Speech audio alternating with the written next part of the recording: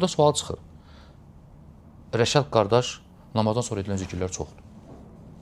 Hesab elə 20-dir. Hesab eləyək. Səhər axşam zikirləri çoxdur. Səhər olunan zikirlər. Hesab elə 20-dir. Yatarkən edilən zikirlər çoxdur. Bir deyil də. Məsələn, İmam İbn Qayyim Rahimehullah deyir ki, yatarkən deyir, 50-dən çox zikir var. Sabit olan. Yox.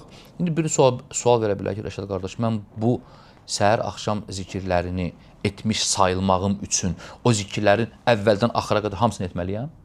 Ki, sayılım yoxsa yox. Yaxud namazdan sonra edilən zikirlər hesab elə 20-dir.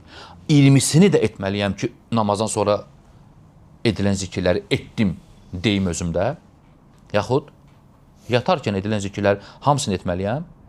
Cavab nədir? Şərt deyil. Cavab odur ki, şərt deyil hamısını edəsən. Birincidən axırıncıya qədər etməlisən ki, o namazdan sonra zikirləri etmiş sayılasan. Bir neçəsindən gəlsən, sayılır. Bir neçəsindən gəlsən, sayılır. Axşam yatarkən, məsələn, Bəqara surəsinin axırki ayəsini oxusan, yaxud təsbihatları eləsən, yaxud Kürsü ayəsini oxusan, sayılır. Sən axşam yatarkən zikirləri eləmirsən. Şərt deyil hamısını eləyəsən. 20 dənədirsə, 3-ünlə, 4-ünlə, hətta 1-lə, 2-lə gəlsən, sayılır. Hə.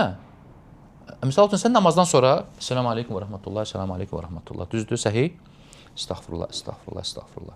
Allahümə əntə səlam və minkə səlam və təbarəkdə yədəl cələli və ikram. Təsbihatları elədim, durdum. Qaldaq orada. Sən namazdan sonra zikirlər etmiş sayılırsan. Təbii ki, hamısından gəlmək afdal. Şək yoxdur da. Hamısından gəlmək nə deməkdir? Hamısını etmək yəni. Hamısını etmək şək yoxdur ki, daha əfsəldir. Şək yoxdur. Amma bir ikisini etsən, bir neçəsini etsən, bəs edir, şək yoxdur. Ona görə insan gərək özünü məhrum etməsin.